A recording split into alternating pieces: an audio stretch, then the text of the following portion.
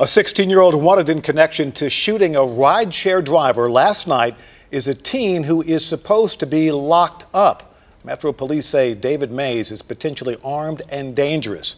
We've learned he's a suspect in 2 other carjackings. News 4's Nancy Amons has the story.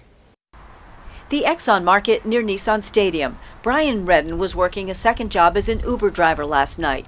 His wife Kara tells me all he wanted to do was provide for his family. He's recovering at Vanderbilt now. Shot, police say, by a 16-year-old who was supposed to be in DCS custody. This is David Earl Mays. He's the suspect police say pulled up next to Redden's car at the Exxon. Mays was driving this Acura SUV he had stolen 8 days earlier from a home on Ackland Avenue.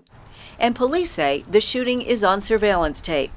Redden wouldn't give up the keys, and Metro Police say Mays shot him.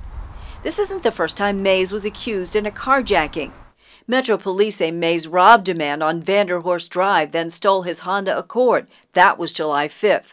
4 days later, July 9th, Mays was charged with robbing a man at a gas station on Music Valley Drive, stealing his Nissan Maxima.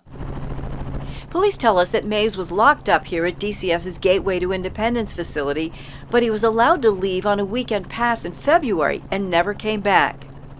DCS won't tell me much about the case. He's a juvenile, but a spokesman says this in an email. Youth and juvenile justice custody can earn home passes if they meet the criteria in place by their treatment program. Kara Redden, Brian's wife, had no idea when I told her all this. She says Brian is anxious to get home, not expected to need another surgery. She writes in her Facebook post, "He is my world." Nancy Amons, News 4. The Department of Children's Services just sent us a statement, and it says the department will review the home pass policy and make any necessary changes. Ensuring the safety of the community is of prime importance to the department.